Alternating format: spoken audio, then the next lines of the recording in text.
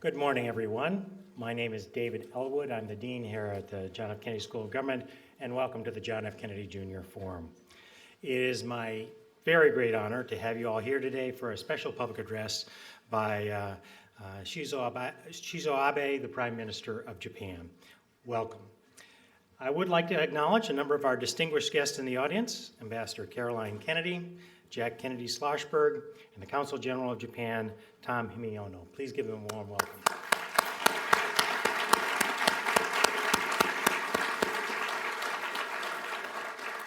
Let me also thank Director Maggie Williams, IIP Director Maggie Williams, staff of the Institute of Politics, and the Office of University Marshal for making this all possible. Before introducing everyone, I do want to make one quick announcement, which I often make, which is the simple rules of the road here at the John F. Kennedy Jr. Forum. We have remarkable speakers from around the world who come here, including today's speaker. The rules are very simple. All speakers must take free and unfettered questions from the audience, and in exchange, the audience allows the speaker to speak without interruption or distraction. Those are the simple rules. Those who cannot abide by those rules will be asked to leave. And I'm sure today's program will go terrifically well. In a moment, I'm going to turn the program over to Joe Nye.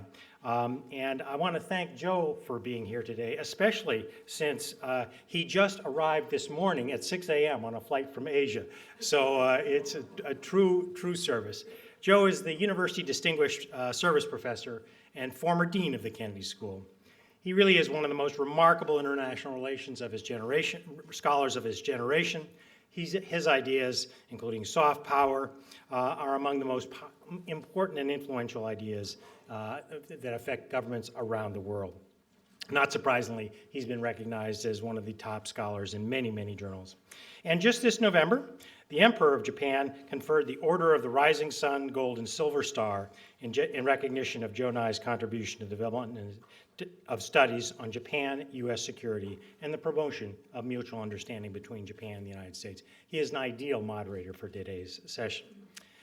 Before Joe takes over the program, though, it's my distinct pleasure to welcome back Caroline Kennedy, who serves as the ambassador of the U.S. Ambassador to Japan and has done so since 2013.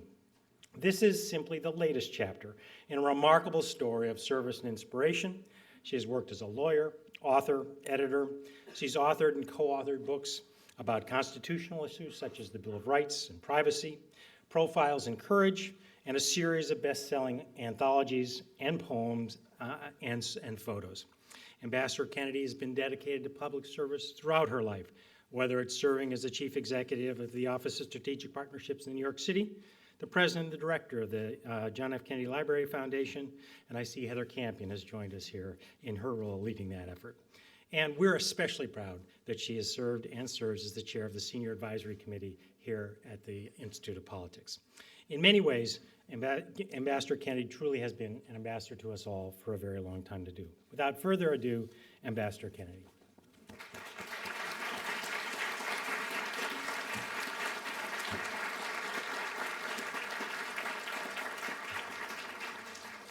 Good morning. Thank you, Dean Ellwood, for that very, very generous biographical introduction. And it's great to be back here at the Kennedy School and the Institute of Politics. And I'm also grateful to Professor Nye for his encouragement and wise counsel during my time as U.S. Ambassador to Japan. It's wonderful to be here. When my mother and uncles created this institution as a living memorial to my father, they imagined days like this, when global leaders, both men and women, would engage students on the critical issues of the day, and that engagement would inspire the students to enter public life, committing themselves to public service. I'm also happy to be back in this forum, which bears my brother's name and carries on his deep belief in involving young people in politics. I'm happy to be here with my son, Jack. I used to get the Brown perspective from John. Now I get the Yale perspective from Jack. Above all, I'm honored this morning to say a few words about Prime Minister Shinzo Abe. The Prime Minister is one of the most dynamic and effective political leaders on the world stage today. He has sought to redefine Japan's global citizenship for the 21st century. He's undertaken a far-reaching effort to revitalize Japan's economy and address the challenging and changing regional security environment. Indeed, the Prime Minister is a once-in-a-generation leader at a once-in-a-generation moment for the U.S.-Japan alliance. As President Obama rebalances U.S. foreign policy towards Asia, he has no stronger partner than Prime Minister Abe, who welcomed the President to Japan last spring on a critically important state visit. And the President is looking forward to receiving the Prime Minister in Washington this afternoon.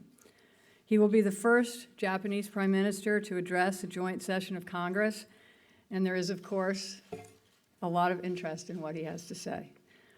During my service in Japan, I have been inspired by Prime Minister Abe's willingness to address, debate the difficult issues, and by his determination to achieve real results. Finally, my family and all of us here are deeply honored that he has come to Boston as the first stop on his official visit, that he took the time to visit the Kennedy Library last night and begins this historic week by addressing us here this morning at the Kennedy School. Thank you, Mr. Prime Minister.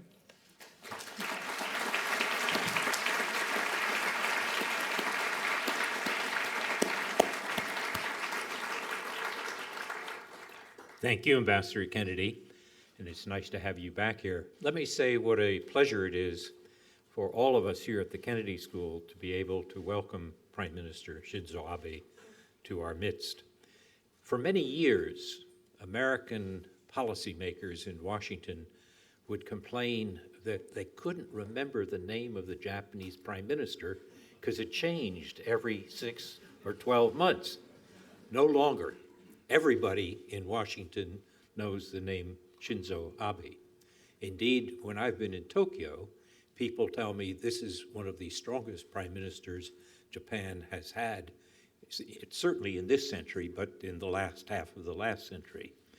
He was first prime minister in 2006. At that time, he was the youngest prime minister, the first prime minister born after World War II.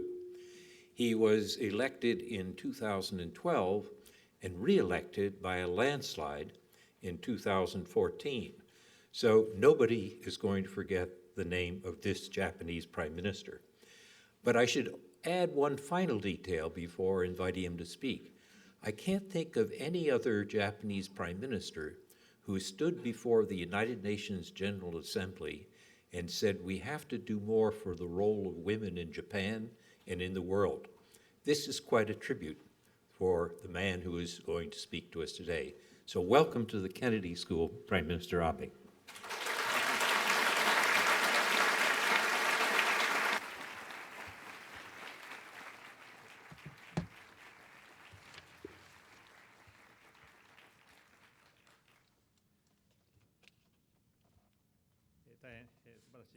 Thank you very much for your wonderful introduction, Professor Nye. Ambassador Kennedy, you've been so nice.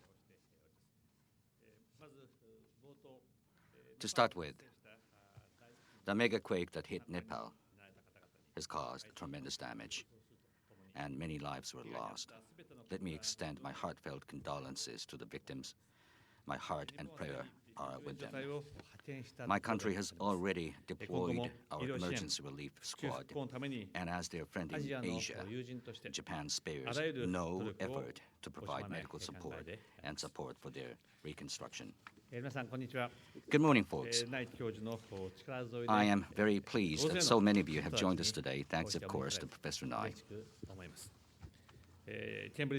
I am keen to know what is of interest to those of you in the Cambridge community. I'm looking forward to taking your questions later on. And it's also going to be a thrilling experience. I have actually two cabinet ministers who are products of the Kennedy School. Yasuhisa Shiozaki, Health, Labor and Welfare Minister, and Yoshimasa Hayashi, Agriculture, Forestry and Fisheries Minister, are both pushing forward in their respective fields momentous reforms that happen only once in decades. In fact, I am pushing forward major reforms not only, whatever economic rationale there may be, no reform succeeds without first putting your political process elaborately into order. By political process, I mean the relationship between the parliament and the cabinet, between the ruling party and the opposition, and between the government and the people, especially stakeholders, and the government and the press. No reform is achievable unless you adequately manage those relationships.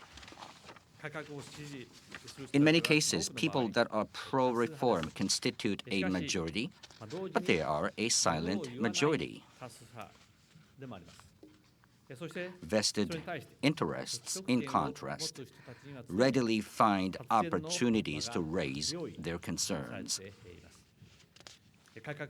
Reform consumes your political capital. History tells us that in my country, one single administration deals with, at the most, 1 or 2 reform agendas that are meaningful. All that notwithstanding, I have tenaciously engineered a succession of the reforms coming one after another, and I will be fearless going forward. Why do I say that? It is because now, more than at any time before, I believe there is in Japan among its people a strong and growing desire to pursue reforms.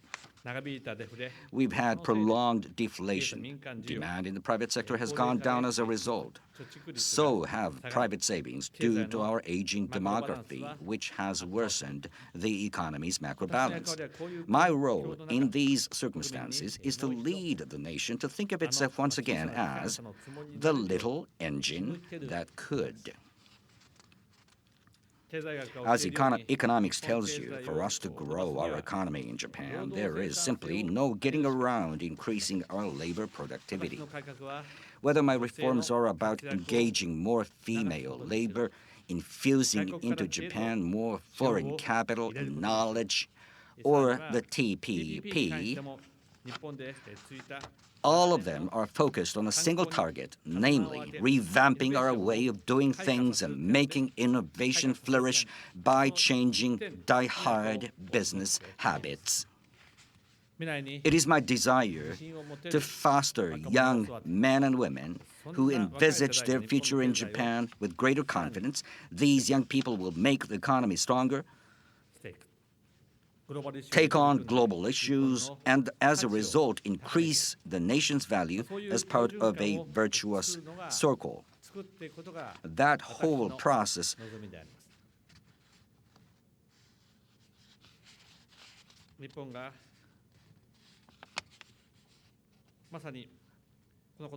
will surely benefit the United States and the countries of Asia. A stronger, more reliable Japan is also in the interest of the U.S. as it pursues its policy of rebalancing. And a more robust alliance between the U.S. and Japan is in the interest of the region and of the world, I believe. What comes to your mind when you think of global issues? Ebola, climate change, the status of women in developing countries. We can multiply the added value we bring to all of those areas through Japan and the U.S. joining hands in tackling those challenges. Together with Professor Amartya Sen and others, my country developed and spread the concept of human security. The essence of human security holds that you must empower each and every individual in order to win the battle over poverty.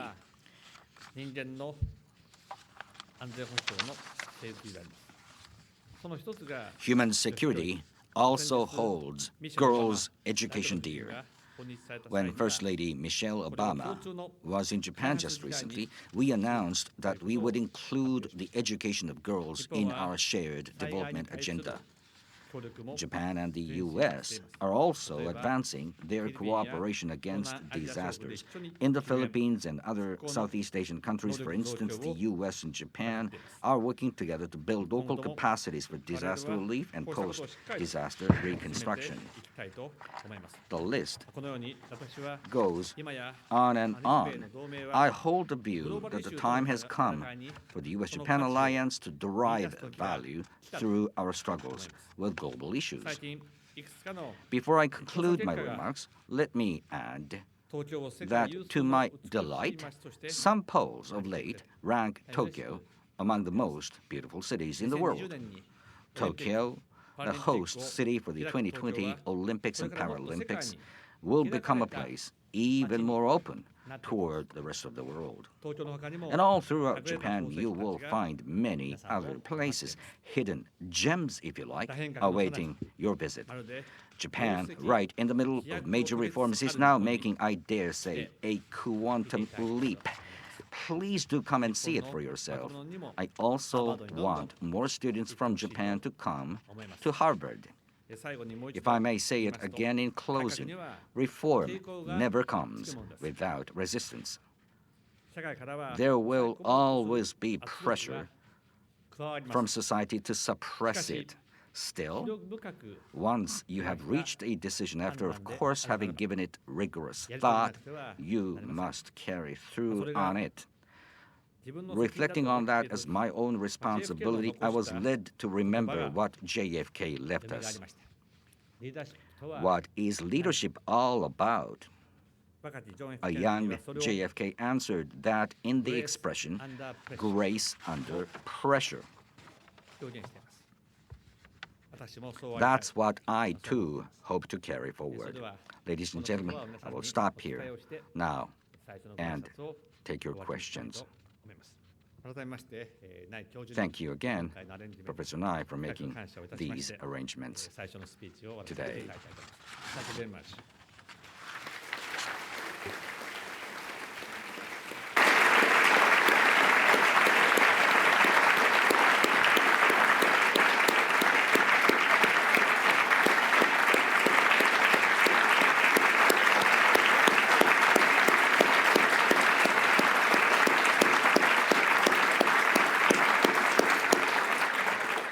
Thank you, Prime Minister. It's now time for Q&A. We have 3 simple rules in addition to the basic rules that Dean Ellwood expressed.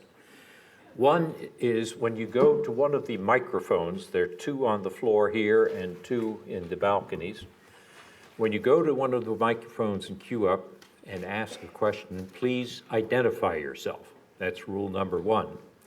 Rule number 2 is there's 1 question per customer, and it should be short, less than a minute. A quick, short question. And rule number 3 is that a question ends with a question mark. There's only 1 speech. We've already heard it. So what we want to hear now are questions. So, Mr. Prime Minister, if you would take some questions. And we will have consecutive translation with the questions. それでは質問を開始したいと思いますが、3つの基本的なルールがあります。マイクはフロアに、このフロアに2つあります。バルコニーに2つありますが、それを使って質問をするときにはご所属とお名前をおっしゃってください。これがルール1ですね。3つのルールのうちにもう1つのルールは質問をなさるときには1分以内ということで手短に、そして3つ目は質問はクエスチョンマークで終わってくださいと、もうスピーチはいただいたわけですから、スピーチをせずに質問をしてくださいということです。それではお願いいたします。Let me start to the left. 左側から始めましょう。Mr. Prime Minister, my name is Alex Yergin. I'm a joint student in the Harvard Kennedy School and Harvard Business School Joint Program. Thank you very much for speaking with us today. My question is on U.S.-Japan energy cooperation, and could you talk about the role of U.S. energy exports to Japan, both economically and also in terms of the broader strategic interests of the United States and Japan and the broader Asian region? あるチャーガーでございます。ハーバードのケネディスクールとビジネススクールと両方に通っております学生でございます。日米のエネルギー協力について伺いたいと思います。日米のエネルギーの面での期待、これはそのアメリカから日本へのエネルギー輸出の観点から、また戦略的な関心事という観点から、アメリカ、日本あるいは全世世界的な戦略的な関心事という意味で、その2つについて言及いただければと思います。現在、日本においては、今までエネルギーの3割を担っていた原子力発電所はすべて止まっております。In Japan, what has accounted for 30% of our energy, that is, nuclear power plants, are now all have stopped operations.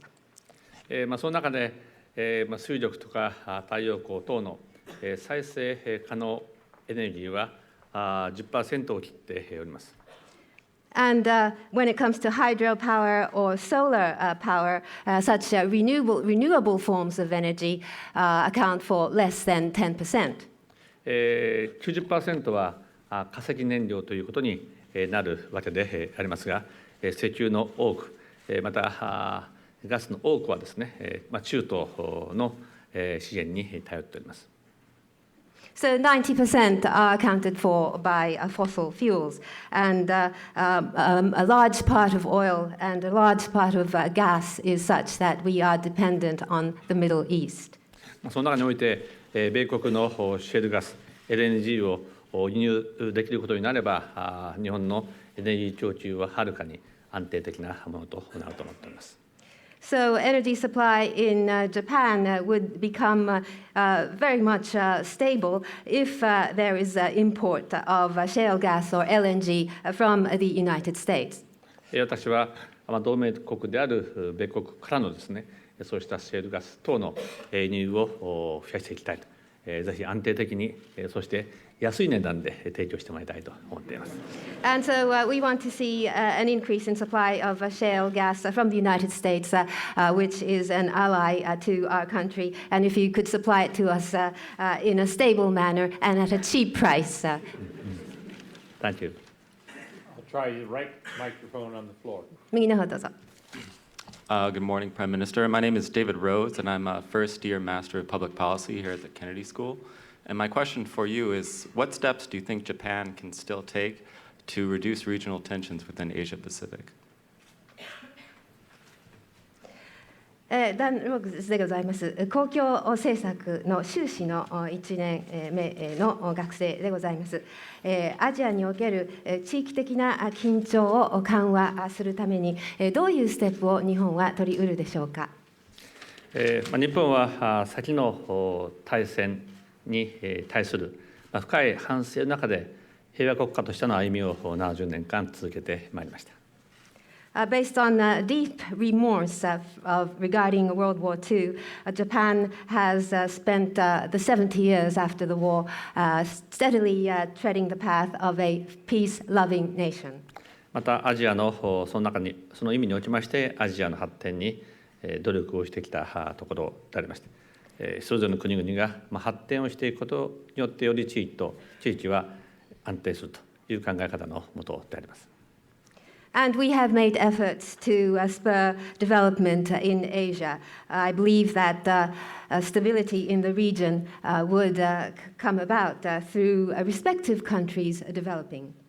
そこで、現在の状況についてでありますが、力による現状変更は決して許してはならないわけでありまして、私は昨年のシャングリラ会合で3つの原則を申し上げたところであります。To address the present situation, we cannot condone the change of status quo through coercion and intimidation. At the Shangri-La dialogue, I stated three and proposed three principles. 何か主張するときには国際法に基づいて主張していくということです。The first principle is that states shall make and clarify their claims based on international law. 武力や威嚇を用いないということであります。The second is that states shall not use force or coercion in trying to drive their claims. 問題が起こったらそれは平和的に解決をしていくということであります。And the third principle is that should problems arise, states shall seek to settle disputes by peaceful means. 参加したすべてのアジアの国々と同意することができたと、このように思っておりますが、いずれにせよ、アジアの海をまさに平和の海、繁栄の海にしていく、このためにアジアの国々が協力をしていくということも重要なことだと思っております。All of the participating nations were able to see eye to eye on this and agreed to these principles. In any case, I should like to make Asian countries, the Asian region, the ocean of peace and the ocean of prosperity. And to this end, we should like to cooperate with the countries in Asia. また日本自身も中国や韓国との関係改善にこれからさらに努力をしております。And Japan itself will make efforts to improve relations with China and the Republic of Korea. Let me turn to the left balcony. 左の方どうぞ。Good morning, Prime Minister Abe. My name is Anna Carell, and I'm a sophomore in the college. Here at the IOP, we promote and encourage young people to engage in politics and public service with the understanding that our generation is the future. How do you see the future of politics, and how does our generation play into that? アナ・コーランでございます。この大学の2年生でございます。この大学におきましては、政治あるいは公共サービスに従事をするということを大変奨励をいたしております。将来の政治について、そしてそれにおける若い世代の役割について言及していただければと思います。まさに未来は若い世代が担っているわけであります。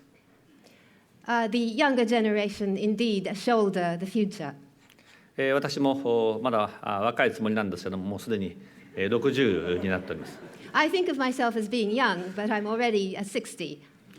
日本においては投票年齢を今度、米国はもうすでにそうなっているんですが、18歳に引き下げることにしました。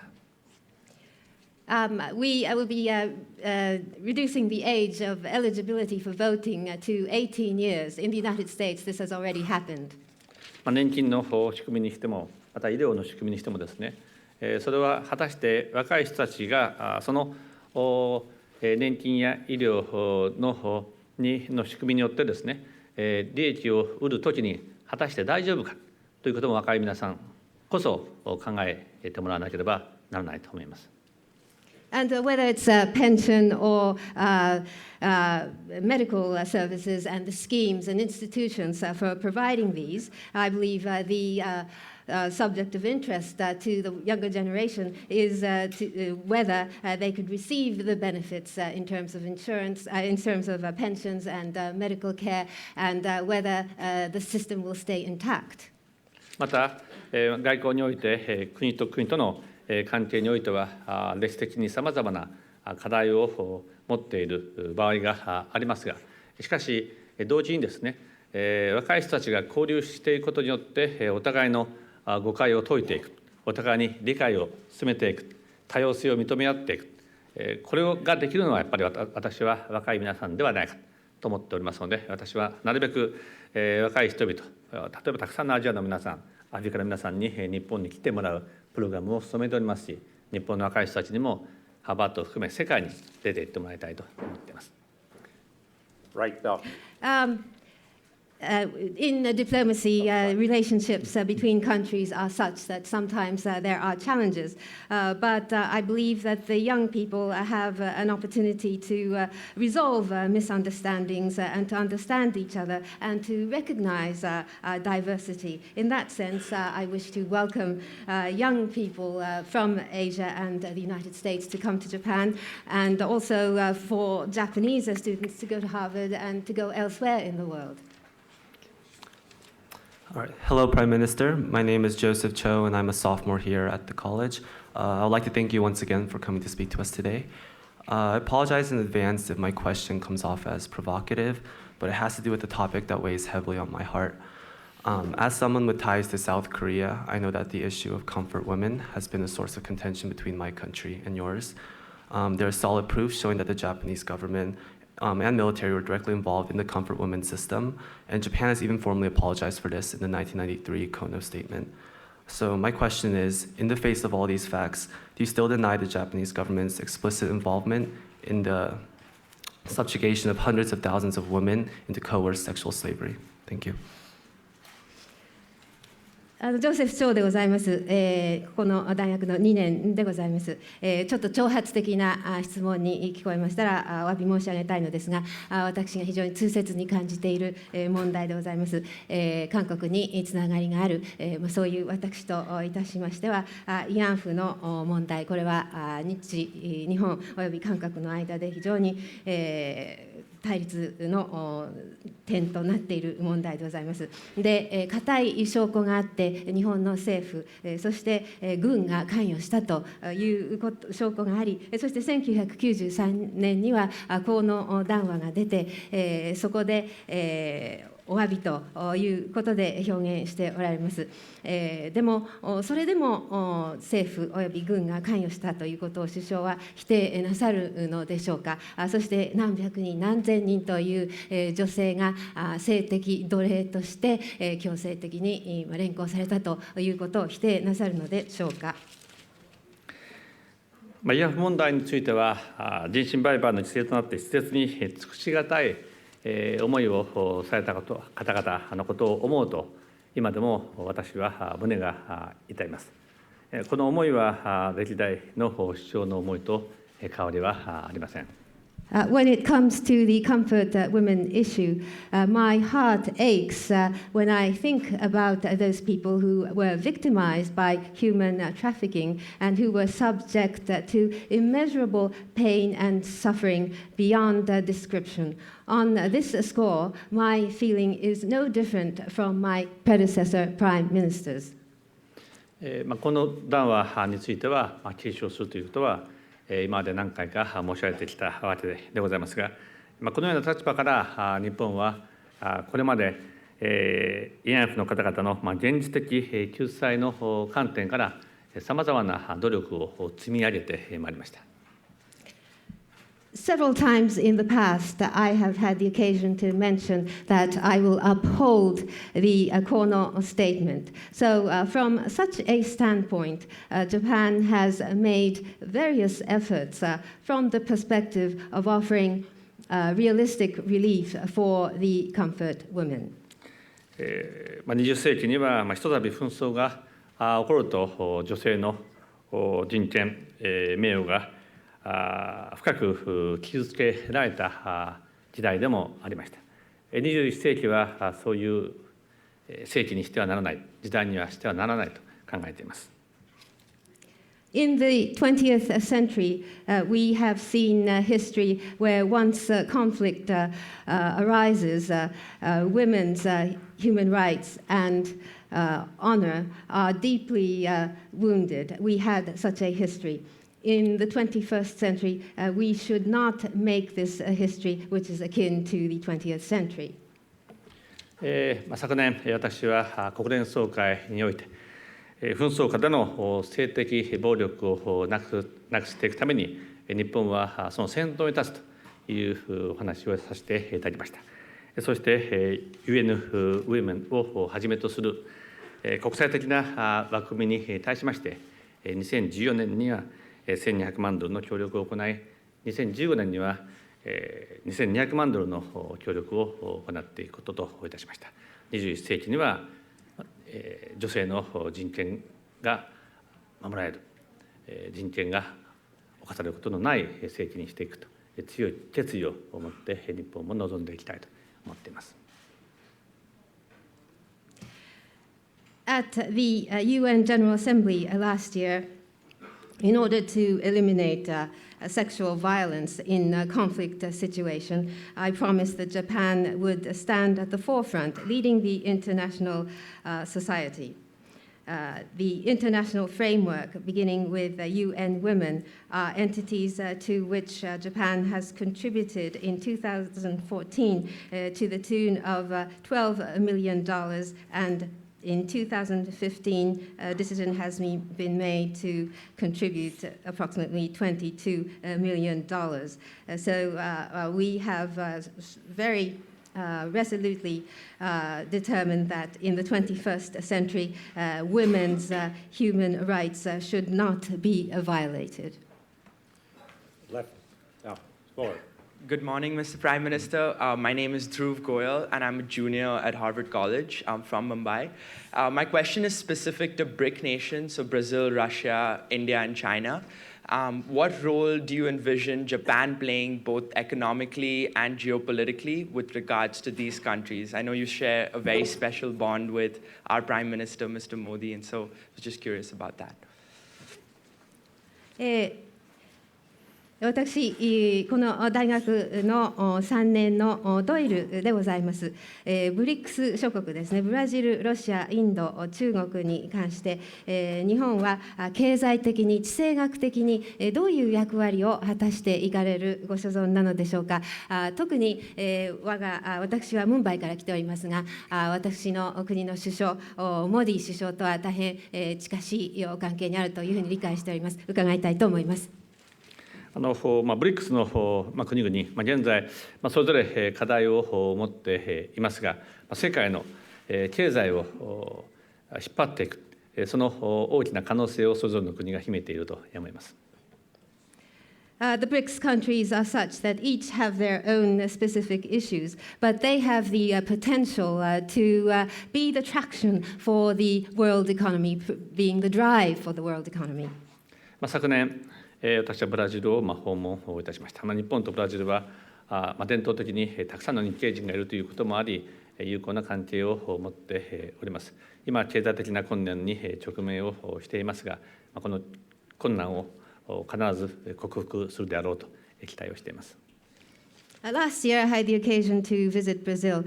We have in Japan strong ties with Brazil, there being many Brazilians of Japanese origin, and so we have a friendly relationship. They are beset with economic difficulties at the moment, but I am convinced that Japan will overcome Brazil will overcome these issues. ロシアにつきましては、このウクライナの問題について、ぜひ合意を実行していく中において平和的な解決をしてもらいたいと思います。With regard to Russia, I hope that at all costs they would reach agreement on the issue of the Ukraine and bring about a peaceful resolution. 同時に日本とロシアは戦後70年まだ平和条約が締結をされていないという状況でございますので、なんとか私はプーチン大統領との間で対話を進め、そう簡単ではありませんが、平和条約に向けて努力を進めていきたいと思っています。At the same time, 70 years after World War II, we have not concluded a peace treaty with Russia. And so I should like to somehow continue a dialogue with Mr. Putin, and I'm sure it's not easy, but I should like to make an effort to conclude the peace treaty. 中国については、まさに中国の発展は日本や世界にとっての大きなチャンスだと思っています。As for China, the development of China is a major positive for Japan and the world. 同時に中国の南シナ海や東シナ海における振る舞いに対して日本を含めアジアの多くの国々が懸念を持っているのも事実であり、軍事費の拡大についてもそうであります。At the same time, China's conduct in the South China Sea as well as the East China Sea are such that Japan and many countries in Asia are concerned. The same goes for militarism displayed by China. ぜひ地域の責任ある大国として平和的な台頭を進めて、平和的な台頭を求めていってもらいたいと思います。As a responsible major power in the region, I hope sincerely that it would find a peaceful answer to its challenges. そしてインドでありますが、最大の民主主義国家であるインドとですね、私は関係をさらに強い関係にしていきたいと思います。モディ首相は先般日本に来日をされました。何回か首脳会談、マルチの場でも行っておりまして、モディ首相の強いリーダーシップによってですね、インドが力強く発展していくことを大いに期待をしたいと思います。As for India, It is the largest democratic nation, and I wish to see relations strengthened between India and Japan. Prime Minister Modi has come to Japan, and I have had the occasion to engage in talks with him at multilateral fora many times. And under the strong leadership of Prime Minister Modi, I hope that India will achieve a very robust development, and I have great expectations of this. 経済だけではなくて、安全保障においてもインドとの関係を強化していきたいと考えています。And not only in the area of the economy, I wish to strengthen bilateral relations with India in the field of security as well. Right floor. Me. This is unfortunately going to have to be our last question. 残念ながら最後の質問です。Thank you so much, Prime Minister Abe. It's such an honor and a pleasure to hear you speak here. My name is Sitsu Gofard. I'm a senior at Harvard College studying economics, and my question is the following. So in your speech, you talked a lot about your goal, your overall mission of elevating the status of women in Japanese society and in the workforce, which is an excellent goal. But surely, of course, you will admit that it's still a challenge. Right now, according to statistics from The Economist, only about 1% of senior executives in the Japanese workforce are women. And sort of the female representation in the Japanese parliament is still in the teens. So I'm wondering, sort of goals aside, can you lay out specific things and actions that you have done in office or are continuing to do in office to try to change that? Thank you. ハーバードの3年の経済を学んでいるものです。大変安倍首相を迎えられて光栄でありましたし、嬉しくも思いました。今ご発言の中でですね、女性の社会における、そして職場における地位を高めるということについていろいろと言及なさいました。ただですね、これはまだ大きな課題であるというふうに思っておりますし、ご自身も認められるでしょう。エコノミストの統計によりますと、上級幹部の職についている女性は 1% 以下、そして国会における女性の代表も非常に少ないということでございます。ですから目標はさておいて、具体的に何をしておられるんでしょうか。そしてこれからどういうことをしていかれるのでしょうか。まずですね、私自身ができることからスタートしておりまして、例えば、公務員、国家公務員の採用において、女性の幹部候補生を3割、各省で3割以上、今年採用いたしました。すべての省でそれを大きく超えてクリアしています。I am doing things, beginning with areas where I can make advances. With regard to the civil servants, I have given a goal of making 30% of executive position women candidates to be hired, and all of the ministries have cleared this goal, 30% of candidates for executive positions in government. また確かにまだ女性の国会議員の数は少ないのでありますが、私の党において重要な役職は3つの重要な役職があるわけでありますが、安倍政権がスタートしたとき、この3つのうち2人を女性の役員を指名いたしました。Indeed, the number of women parliamentarians in the Diet or the Parliament is indeed very small in terms of number. But when the Abe government was elected, there are three major positions in the party, Liberal Democratic Party, and two of these three positions are now filled by women. また経済界も協力をしていただいておりまして、上場企業6年間で役員の数を6年間で90名やっと増やしたんですが、安倍政権ができて2年間で180名増えました。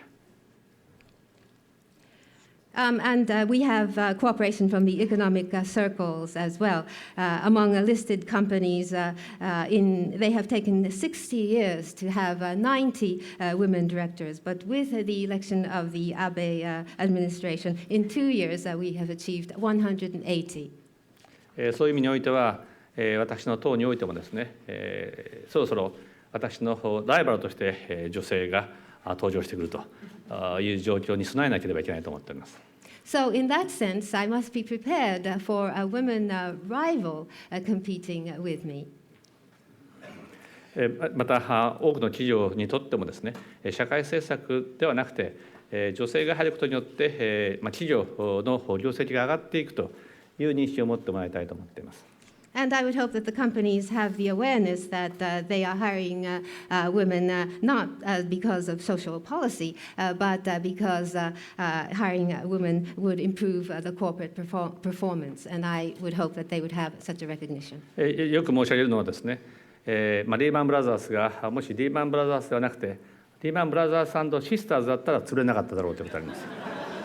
I often say that had the Lehman Brothers been Lehman Brothers and Sisters, they would still be around.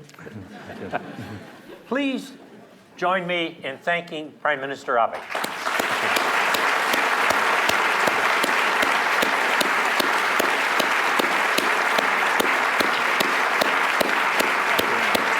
Very good.